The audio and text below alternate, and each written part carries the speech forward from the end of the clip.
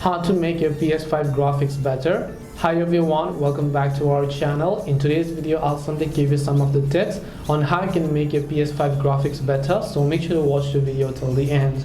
In order to make your PS5 graphics better, it's actually quite very simple to do so. Now your PS5 graphics does not only depend upon PS5, but most importantly your TV is one of the main factors as why you're being able to see low graphic. So first thing you can do is just try to come to settings, and then you can simply go to screen and video.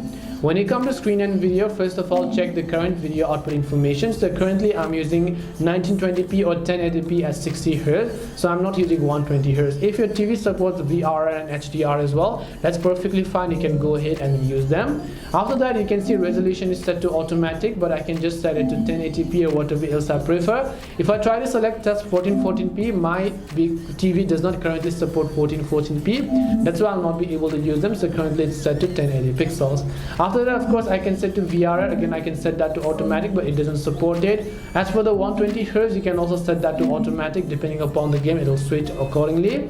If you want to turn on ALLM, then you can go ahead and turn this to on, but of course my TV doesn't support it. So you can see one of the main factors over here is that your TV also needs to support 4K, 120 Hz and HDR, and anything only then you'll be able to get a decent quality. But 1080p isn't that bad either as well. If I just come on the left hand side and if I come to screen stat, you can just select adjust display area, and now you can go ahead and make sure that you adjust the display area over here as well.